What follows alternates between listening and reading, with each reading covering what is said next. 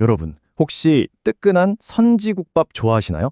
오늘 해설에서는 정말 흥미롭고 또 아주 일상적인 문화적 텐션에 대해 다뤄보려고 합니다. 바로 우리가 즐겨 먹는 이 선지국 한 그릇과 아주 오래된 고대의 신성한 율법 사이의 충돌이죠. 일상적인 음식과 신학이 정면으로 만나는 지점, 꽤 흥미로운 주제 아닐까요? 성경 레위기 17장 11절을 보면 아주 단호하게 이렇게 선언합니다. 육체의 생명은 피에 있음이라. 자, 고대 구약 시대에 피를 먹는 걸 얼마나 엄격하게 금지했는지 그 엄청난 무게감이 확 느껴지시죠?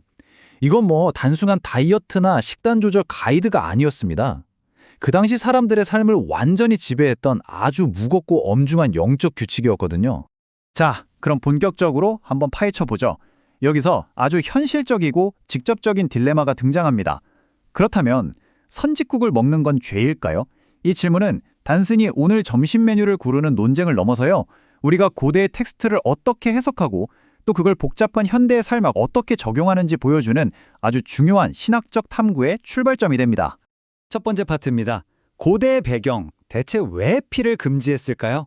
이걸 제대로 이해하려면 고대 이스라엘 사람들의 시선으로 세상을 좀 봐야 하는데요. 옛 언약의 규칙 속에서 그들에게 피는 그냥 몸속을 흐르는 평범한 액체가 절대 아니었습니다. 명확하게 두 가지 이유가 있었죠. 첫째, 피는 말 그대로 생명 그 자체를 상징했어요. 피를 먹지 않는다는 건 생명의 주권이 오직 창조주께만 있다는 걸 철저히 인정하고 복종한다는 뜻이었죠. 둘째로, 피는 제단에 뿌려져서 사람들의 죄를 씻어내는 속죄의 수단이었습니다. 이렇게나 거룩한 영적 도구를 그냥 일상적인 밥 반찬으로 소비해버린다? 그건 당시로서는 속죄의 거룩함을 심각하게 훼손하는 상상도 할 수 없는 일이었던 겁니다. 두 번째 파트로 넘어가 보죠. 패러다임의 전환, 옛 언약에서 새 언약으로의 이동입니다. 예수 그리스도께서 십자가에서 단번에 제사를 드리면서 영적인 게임의 룰이 완전히 바뀌어버렸습니다. 사실 구약의 율법은 피를 먹지 말라는 물리적인 음식 규례에 꽉 묶여 있었잖아요. 그런데 예수님의 가르침은 그 본질을 아주 정확히 꿰뚫습니다. 마태복음 15장에서 이렇게 말씀하셨죠. 입으로 들어가는 게 사람을 더럽게 하는 게 아니라 입에서 나오는 바로 그것이 사람을 더럽게 하는 거다. 자, 이게 무슨 뜻일까요? 사람을 진짜 정결하게 하거나 부정하게 만드는 기준이 입으로 들어가는 물리적인 식단에서 우리 마음의 영적인 정결함으로 그 포커스가 완벽하게 이동했다는 걸 아주 기가 막히게 보여주는 겁니다. 여기서 텍스트를 좀 깊이 아시는 분들은 아마 이런 질문이 떠오르실 거예요. 사도행전 15장 보면 초대교회가 이방인들한테 피 멀리하라고 공식적으로 말하지 않았나요? 네, 맞습니다. 하지만 이 대목에서 그 행동의 진짜 의미를 보셔야 해요. 이건 율법 시대로 다시 돌아가자는 게 아니라 일종의 사목적 배려였습니다. 그러니까 당시 교회 안에 같이 섞여 있던 유대인 신자들과 이방인 신자들 사이에 생길 수 있는 문화적 마찰을 줄여주려는 거였죠. 또 이방인들이 예전에 우상 숭배하면서 짐승 피 마시던 그 찜찜한 과거의 악습을 확실히 끊어내도록 돕기 위한 아주 지혜롭고 공동체 중심적인 권고였던 겁니다.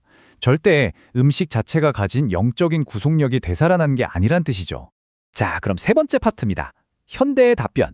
그래서 우리는 선지국을 먹어도 되는 걸까요?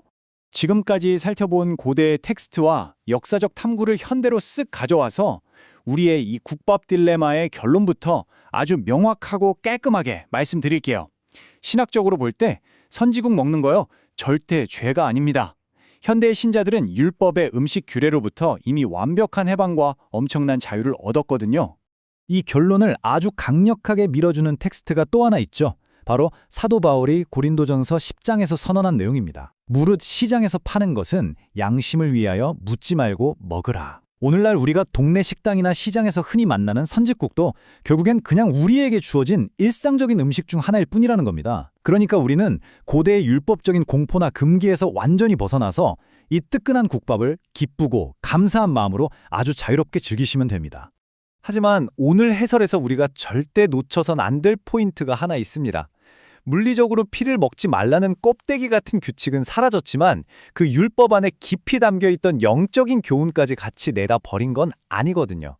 진짜 본질은 우리가 식당에서 짐승의 피로 만든 국을 먹느냐 마느냐 하는 표면적인 문제가 아닙니다.